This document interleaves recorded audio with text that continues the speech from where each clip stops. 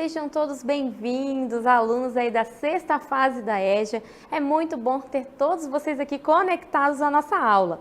Sejam agora bem-vindos mais uma vez, espero que vocês participem, interajam aí no chat. Eu sou a professora Odilene Santiago e estarei aqui ministrando a nossa aula de hoje. Vamos lá ao tema da nossa aula? O tema da nossa aula de hoje, a nossa aula de número 32, é o Reino Franco. Isso mesmo, vocês já começaram a ver este assunto aí na nossa aula anterior, estão lembrados aí o nome Francos, né? Hoje nós vamos ver um pouco mais sobre esse reino aí, a gente vai ver aí como esse reino estava dividido. Então vamos lá sobre a nossa aula do Reino Franco, vamos lá. O estudo deste reino, como eu falei para vocês, é dividido aí em duas dinastias. A dinastia Merovíngia e a dinastia Carolíngia. Isso mesmo, duas dinastias e são exatamente elas que nós vamos aí entender um pouco mais delas, conhecer essas duas dinastias.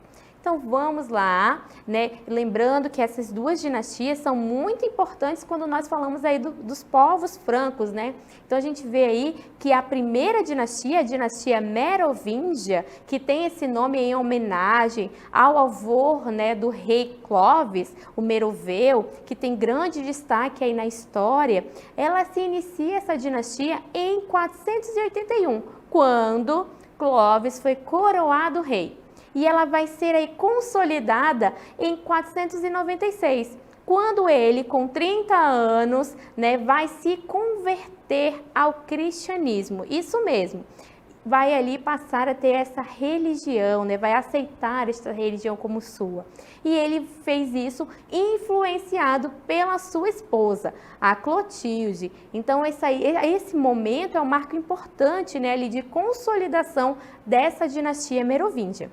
Nós vamos ver aí que essa dinastia vai chegar ao fim em 511, justamente após a morte do rei Clovis.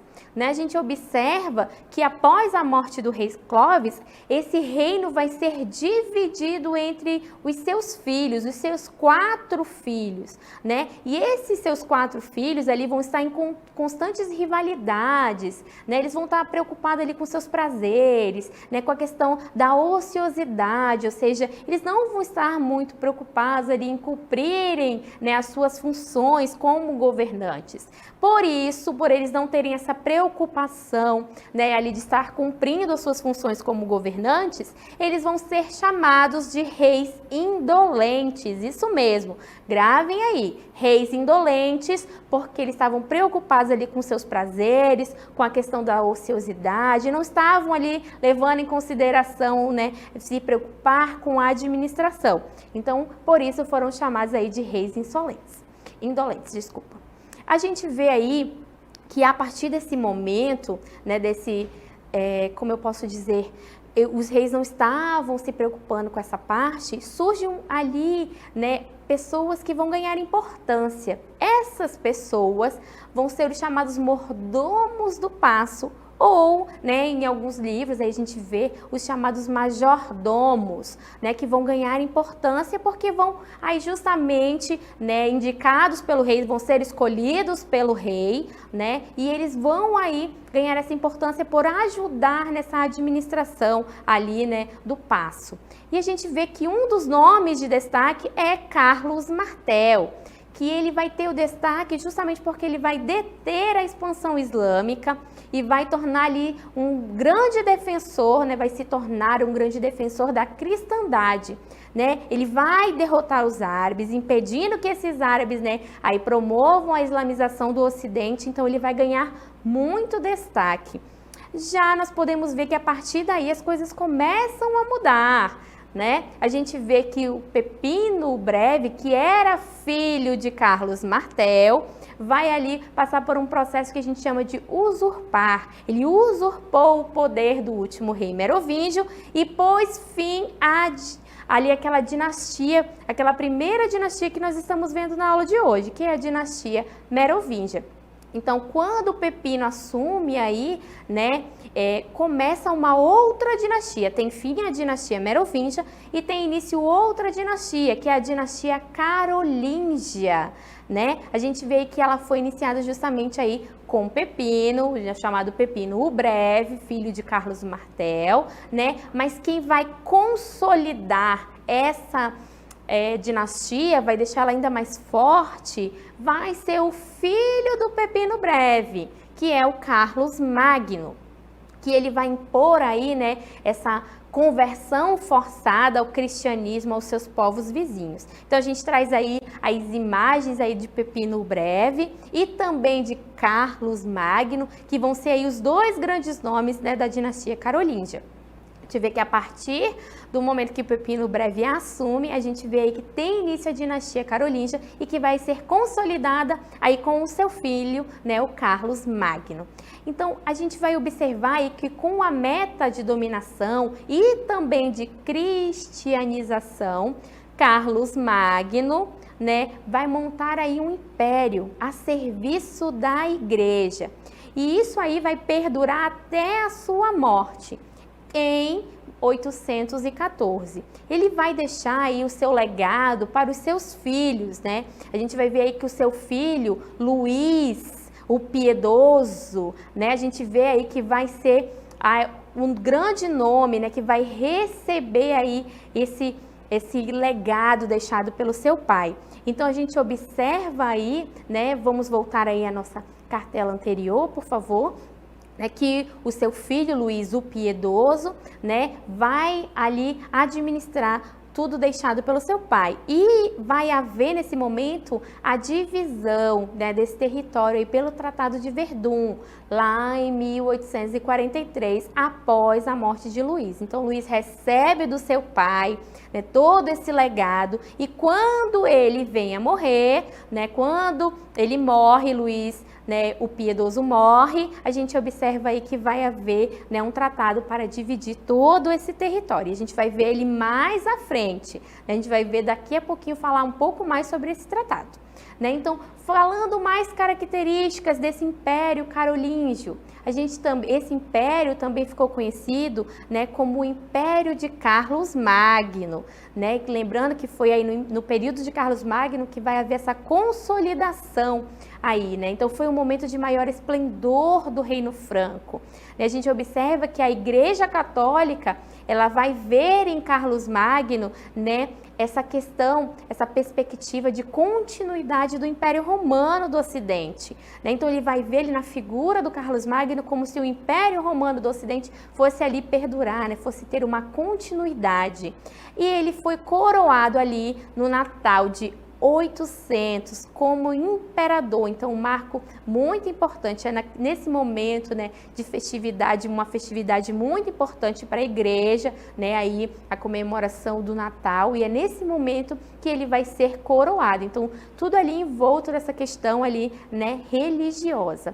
Vamos falar sobre essa questão da administração, né, do império, né, conforme esse território vai se expandindo, né, os territórios vão se expandindo aí, surge ali um problema, né? A gente vai observar que essa administração, essa proteção de todo esse império vai se tornar cada vez mais difícil e mais cara. Então a gente observa aí surge um problema. Então, para dar maior eficácia nessa administração, o Carlos Magno vai dividir esse território em 250 condados, marcas e ducados, que vão ser administrados pelos seus guerreiros e clérigos, né, criando ali também, nesse momento, ele criou, né, uma função importante, um cargo importante, que é o Missi Dominici. Lembra desse nome, Missi Dominici, que é um cargo de informante, né? Ele vai ali fiscalizar, né? Ele vai fiscalizar todo o reino, a administração do reino,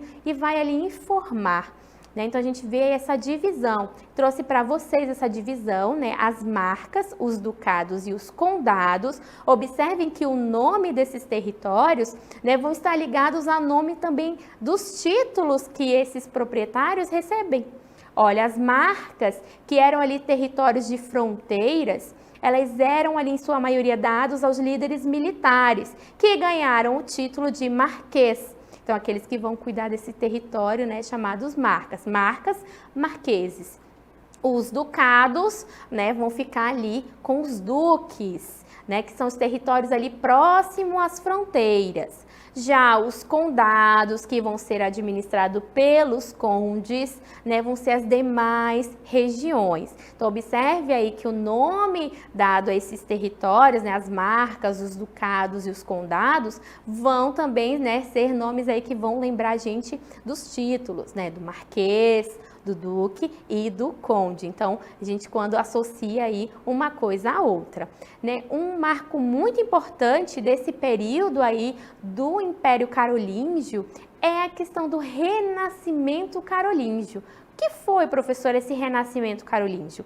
Foi um momento de florescimento cultural. A gente observa aí que vai ser estimulado as artes, o ensino da cultura clássica, o ensino da ciência vai ser impulsionado aí por Carlos Magno, né? Ele vai aí reunir os mais importantes pensadores da época, né? Os incumbindo, ou seja, dando a eles a missão de compilar todo o saber, né? Tudo isso que eles conheciam até o período e criar escola dentro dos mosteiros, dentro das catedrais e também nos palácios. Essas escolas aí que foram criadas nos mosteiros, nas catedrais e nos palácios vão ser conhecidas como escolas palatinas, né? Olha o nome, escolas palatinas, escolas aí criadas dentro das catedrais, dos palácios, né? A gente observa aí que vai ter esse incentivo à questão cultural, às ciências, né?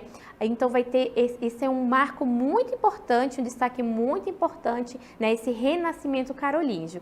Eu trouxe aí duas imagens, né? Que traz para vocês um pouco mais esses momentos, né? A gente vê aí essas imagens, né? Que traz essa questão da modificação da versão oficial da Bíblia, os monges ali copistas, né? Então a gente vê um pouco dessa questão desse Renascimento Carolíngio aí nessas imagens. Então, um marco importante do Império Carolíngio, também essa questão do Renascimento Carolíngio, não esqueçam, tá bom? Vamos dar aí continuidade à nossa aula. Lembra que eu falei para vocês do Tratado de Verdun, citei ele um pouco atrás na nossa aula, né, anteriormente, e agora eu vou especificar um pouco mais sobre esse tratado. Tratado de Verdun, né, que trouxe aí a divisão do reino em 3 partes. Então, no ano de 843, após a morte do Luís Piedoso, lembra lá que eu falei para vocês, né? Foi assinado esse Tratado de Verdun. Esse tratado ele estabelecia a divisão do Sacro Império Romano entre os seus 3 filhos, entre os 3 filhos de Luís Piedoso, o Lotário, o Carlos o Calvo e o Luís o Germânico. Então a gente vê aí que dessa divisão, né, ocorre a chamada descentralização do poder. O poder que antes estava ali centralizado, né, na mão do rei, na figura do rei, vai haver esse processo aí de descentralização do poder que passa ali também para os nobres e para os senhores locais. Então, soma-se a isso outros problemas que vão surgir, como, por exemplo, os ataques a muitas cidades, ataques dos vinques, né, ali dos normandos, ataque ali dos eslavos e piratas, né, e vão espalhar aí o medo por todas essas cidades, né, vai haver um novo, esse processo que a gente chama de ruralização. O que é isso, professora?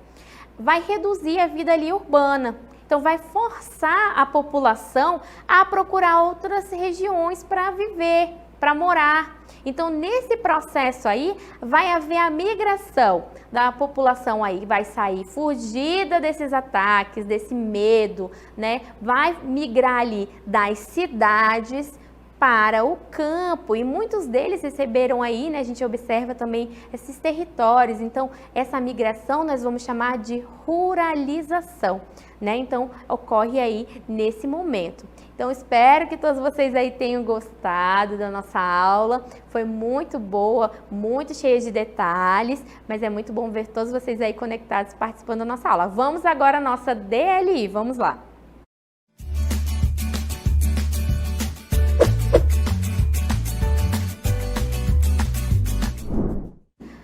vamos ver aí, né, as questões da nossa DLI. Na questão número 1, eu peço o seguinte: informe, né, na letra A, como está dividida a história dos francos, lembrando aí que nós falamos aí dessas dinastias, dando uma dica.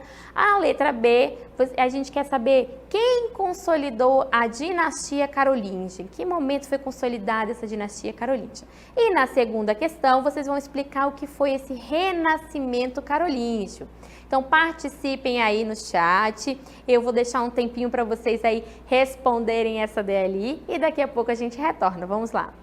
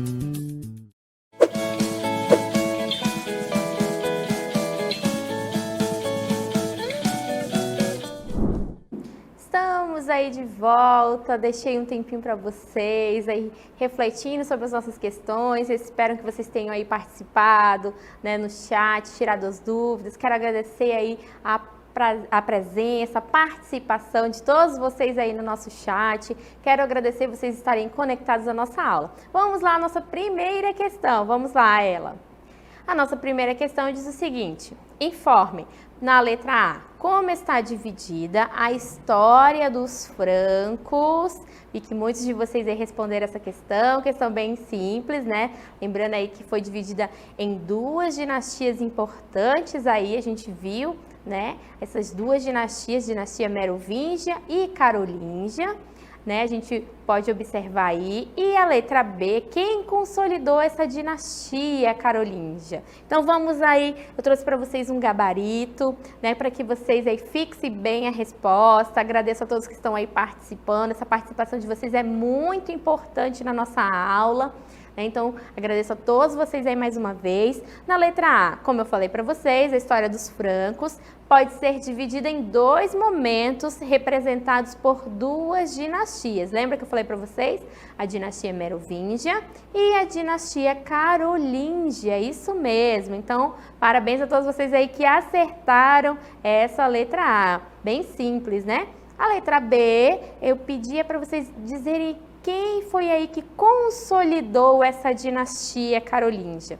E nós temos aí que quem consolidou ela, né? Trago para vocês aí, o primeiro que inicia essa dinastia é Pepino o Breve, lembra? Foi ele que iniciou a dinastia carolíngia, porém foi o seu filho Carlos Magno quem vai consolidar essa dinastia, isso mesmo, né?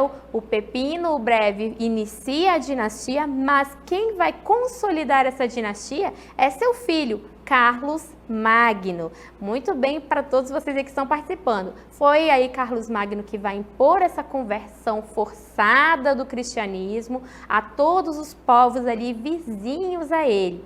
Então, parabéns a todos vocês aí que eu estou vendo que estão participando, que estão interagindo. Agradeço mais uma vez a participação de todos vocês. Vamos agora à nossa segunda questão. Na nossa segunda questão, eu peço o seguinte, para vocês explicarem o que foi o Renascimento Carolíngio. Lembrando que quando nós falamos do Renascimento Carolíngio, né, estamos falando aí, né, desse momento que a dinastia vai ser consolidada aí, né, por Carlos Magno. A gente vê essa questão do Renascimento Carolíngio. A gente vê aí que isso é muito importante porque vai aí momento de florescimento cultural, né, florescimento das ciências. Então a gente vê aí que vai surgir escolas nos mosteiros, né? Então a gente vê aí que é um momento muito bacana aí na questão cultural do Império Carolíngio. Eu trouxe para vocês aí no nosso gabarito, né? Eu especifiquei, esmiucei a nossa resposta. Então foi um momento, como eu falei para vocês, de florescimento cultural, de estímulo às artes, de estímulo ali ao ensino da cultura clássica e também ao ensino das ciências, né?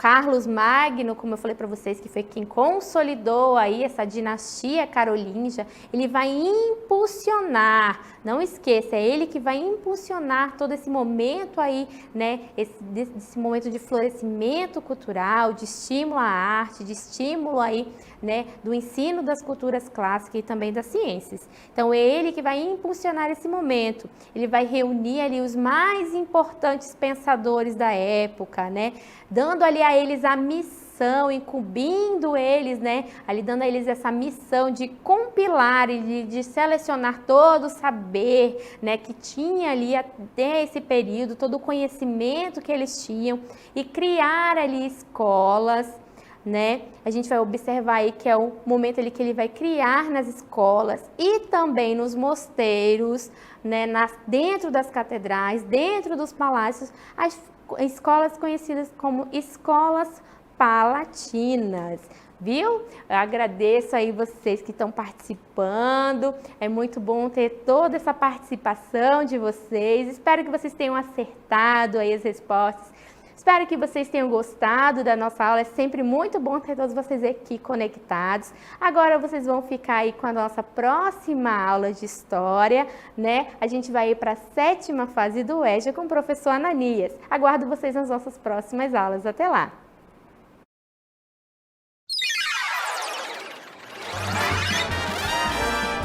A sua aula continua no próximo vídeo.